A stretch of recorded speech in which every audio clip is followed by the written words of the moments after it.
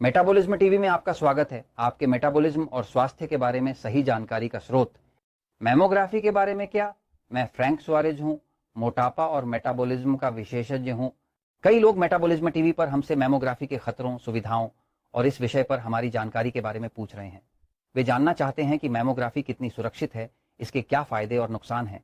Mammography एक radiological अध्ययन है जो एक महिला के स्तन में किया जाता है ताकि कैंसर को उस समय खोजा जा सके जब वह नियंत्रण से बाहर न हो गया हो। यह प्रक्रिया बहुत महत्वपूर्ण है क्योंकि यह प्रारंभिक अवस्था में कैंसर का पता लगाने में मदद करती है।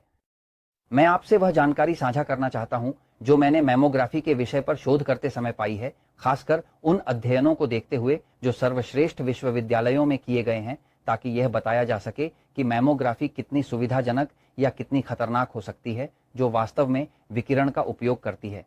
ठीक है, मैं एक पल के लिए बोर्ड पर जा रहा हूं ताकि आपको मैमोग्राफी के विषय में कुछ महत्वपूर्ण जानकारी दे सकूं, ताकि अगर आपको या आपकी पत्नी को इसकी आवश्यकता हो तो आप वास्तव में कुछ दृष्टिकोण जान सकें जो आपको इस बारे में सबसे सही और अच्छा निर्णय लेने में मदद करें। मैं एक पल के लिए बोर्ड पर जा रहा हूं। ध्यान दें, मैमोग्राफी विकिरण के साथ एक रेडियोग्राफी मापती है कि महिला के स्तन के अंदर क्या हो रहा है। यह प्रक्रिया स्तन कैंसर का पता लगाने के लिए महत्वपूर्ण है। डॉक्टर विकिरण का उपयोग करके स्तन के अंदर की संरचना को देख सकते हैं। यहां देखें, एक स्तन कुछ इस तरह होता है। स्तन लगभग 35% वसा होता है। यही कारण है कि जब एक महिला बहुत अधिक वजन कम करती है तो उसके स्तन ढीले हो जाते हैं, कप का आकार कम हो जाता है क्योंकि स्तन मुख्य रूप से वसा होता है। स्तन के ढीले होने का मुख्य कारण यह है कि स्तन में वसा की मात्रा अधिक होती है। जब एक महिला वजन कम करती है तो वसा की मात्रा कम हो जाती है, जिससे स्तन का आकार भी कम हो जाता है। अब स्तन के अंदर कुछ बहुत नाजुक नलिकाएं होती हैं जिन्हें रक्त की नलिकाएं होती हैं, जो निप्पल को सेवा प्रदान करती हैं और जो वास्तव में स्तन को जीवन देती हैं क्योंकि वह ऊतक जीवित है। ये नलिकाएं अत्यंत महत्वपूर्ण हैं। अब जब एक एक्सरे किया जाता है तो विकिरण का उपयोग किया जाता है। विकिरण इसके माध्यम से गुजरता है, एक प्लेट पर परावर्तित होता है और यह माना जाता है कि कोई भी छोटा ट्यूमर जो हो वह प्लेट पर परिलक्षित होगा।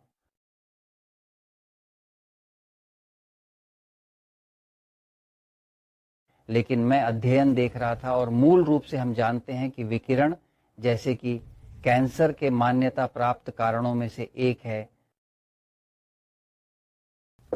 विकिरण अपने आप में कैंसर के मान्यता प्राप्त कारणों में से एक है। वे संस्थाएं जो विकिरण के साथ मैमोग्राफी को जोरदार तरीके से बढ़ावा देती हैं, ये दावा करती हैं कि स्तन को दी जा रही विकिरण का स्तर इतना कम है कि वास्तव में ये कैंसर पैदा नहीं कर सकता। लेकिन जो स्थिर जानकारी मेरे पास मेटाबॉलिज्म से है और जो मैंने मेटाबॉलिज्म के विषय में देखा है, वह यह है कि सभी कोशिकाओं में उनका डीएनए होता है। डीएनए कोशिका का मुख्य योजना है जो आनुवंशिक विशेषताओं और अन्य चीजों को निर्धारित करता है। और यह ज्ञात है क्योंकि यह प्रलेखित है कि विकिरण डीएनए को प्रभावित कर सकता है। अब आपको थोड़ी अधिक जानकारी देने के लिए टोरंटो, कनाडा में एक बहुत ही विस्तृत और गहन अध्ययन किया गया था, जहां 4000 महिलाओं का 13 वर्षों तक बहुत ही बारीकी से अनुसरण किया गया।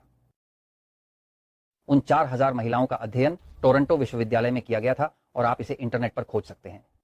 उन 4000 महिलाओं को 2000 में विभाजित किया गया जो मैमोग्राफी कराती थीं और अन्य 2000 जो केवल नियमित रूप से स्तन की जांच कराती थीं। उस अध्ययन में 4000 महिलाओं को शामिल किया गया था जिनकी उम्र 50 से 89 वर्ष थी और उन्हें 13 वर्षों 2000 के दो समूहों में विभाजित किया गया था। इनमें से 2000 महिलाएं 50 से 29 साल की उम्र तक हर साल एक बार मैमोग्राफी करवाती थीं और बाकी 2000 महिलाएं नियमित रूप से अपने स्तनों की जांच करती थीं कि कहीं कुछ महसूस तो नहीं हो रहा। मूल रूप से जो खोजा गया वह यह था कि इन 2000 महिलाओं में से जो मैमोग्राफी करवाती थीं, 13 साल के अंत में 612 को कैंसर हो गया और उनमें से 107 की उस कैंसर से मृत्यु हो गई। इन 2000 महिलाओं में से जो मैमोग्राफी करवाती थीं, उनमें से 2000 महिलाएं हर साल एक बार मैमोग्राफी करवाती थीं। इन 2000 में से जो केवल महसूस की जाती थीं और मैमोग्राफी से बचती थीं, 608 कैंसर के साथ निकले और 105 की मृत्यु हो गई।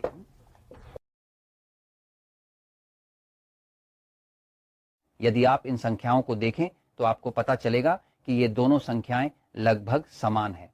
टोरंटो विश्वविद्यालय के इस अध्ययन ने जो 50 से 39 वर्ष की 4000 महिलाओं के साथ किया गया था, ये दर्शाया कि वास्तव में मैमोग्राफी कैंसर का पता लगाने के लिए बहुत कम कर रही है, क्योंकि सांख्यिकीय रूप से कोई अंतर नहीं है कि महिला अक्सर स्वयं जांच करती है या मैमोग्राफी करती है। जहां किसी भी तरह से वह अधिक कैंसर का जोखिम उठा रही है, क्योंकि वह विकिरण ले रही है, जो कैंसर के मान्यता प्राप्त कारणों में से एक है। वास्तव में यह अध्ययन सांख्यिकीय रूप से महत्वपूर्ण है। अब मैं आपको थोड़ा और बताता हूं। संयुक्त राज्य अमेरिका में सबसे प्रतिष्ठित वैज्ञानिक पत्रिकाओं में से एक ने एक अध्ययन प्रकाशित किया जिसमें 108 रेडियोग्राफी तकनीशियनों को शामिल किया गया। हम रेडियोग्राफरों की बात कर रहे हैं। यह अध्ययन रेडियोग्राफी के क्षेत्र में एक महत्वपूर्ण योगदान है और इसे व्यापक रूप से मान्यता प्राप्त है। ये वे लोग हैं जो एक्सरे प्लेट को पढ़ने में विशेषज्ञ होते हैं, ताकि ये बता सकें कि यहाँ कैंसर है, यहाँ ट्यूमर है, ये संदिग्ध है, जो भी हो। इन 108 रेडियोग्राफरों को कुल 69 मरीजों की प्लेटें दी गईं, जिनमें से कुछ को कैंसर था और कुछ को नहीं था, और मूल रूप से उन्हें 69 प्लेटें दी गईं ताकि 108 रेडियोग्राफर उनका मूल्यांकन कर सकें और प्रत्येक यह कह सके कि यहाँ कैंसर है, यहाँ कैंसर नहीं है, यहाँ कैंसर है, यहाँ कैंसर नहीं है। उस अध्ययन का परिणाम क्या निकला, यह अमेरिकन मेडिकल एसोसिएशन के मेडिकल जर्नल में प्रकाशित हुआ है, जो बहुत ही दिलचस्प है। प्लेटों को 108 में से प्रत्येक के पास मूल्यांकन के लिए भेजा गया और परिणाम यह हुआ कि 21% रेडियोग्राफरों ने उन महिलाओं में कैंसर घोषित किया जिनमें कैंसर नहीं था, यानी कि प्लेटें उन महिलाओं की थीं जिनमें कैंसर नहीं था और फिर भी उन्होंने वहां कैंसर पाया। 10% मामलों में रेडियोग्राफरों ने मूल रूप से कहा कि बायोप्सी की आवश्यकता है। यह निष्कर्ष उन्होंने कई परीक्षणों और गहन विश्लेषण के बाद निकाला। इन मामलों में बायोप्सी की आवश्यकता को लेकर उनकी राय स्पष्ट और निर्णायक थी। बायोप्सी एक महंगा और बहुत दर्दनाक शल्य चिकित्सा प्रक्रिया है, जिसमें एक छोटे से हिस्से को निकालकर यह देखने के लिए कि क्या वह वास्तव में कैंसर युक्त है या नहीं। इसमें चीरा लगाना, ऑपरेशन करना, एनेस्थीसिया का उपयोग करना और इस तरह की सभी चीजें शामिल होती हैं। ये अनावश्यक मामले थे और फिर 42% मामलों में मामले जहां मूल रूप से पाया गया कि कैंसर नहीं था, लेकिन बाद में विस्तृत जांच के बाद यह निष्कर्ष निकाला गया कि प्रारंभिक निदान गलत था। क्या उन मामलों में जिनमें वास्तव में कैंसर था, यह पाया गया कि उनमें कैंसर था? वास्तव में इस अध्ययन से क्या पता चला जो प्रकाशित हुआ है?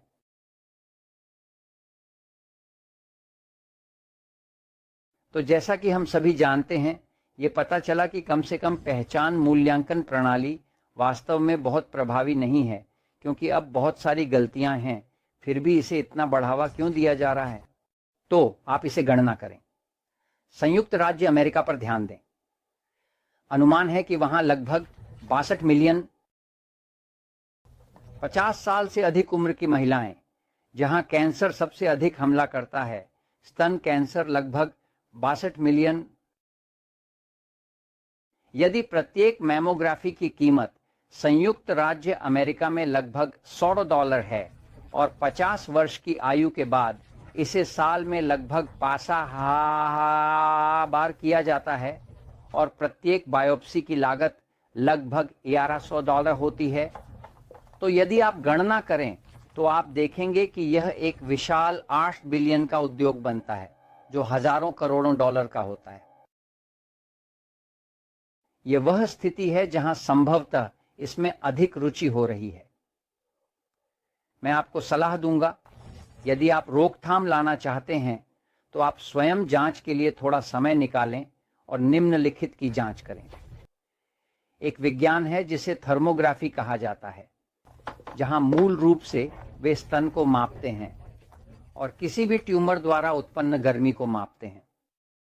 कुछ विशेषज्ञों का कहना है कि यह तकनीक कैंसर का पता लगाने में सक्षम हो सकती है, इससे पहले कि यह पर्याप्त रूप से बढ़े, क्योंकि यह ट्यूमर की ओर जा रहे रक्त प्रवाह की गणना करती है। इसलिए मैं आपको यह बता रहा हूं क्योंकि सत्य हमेशा जीतता है।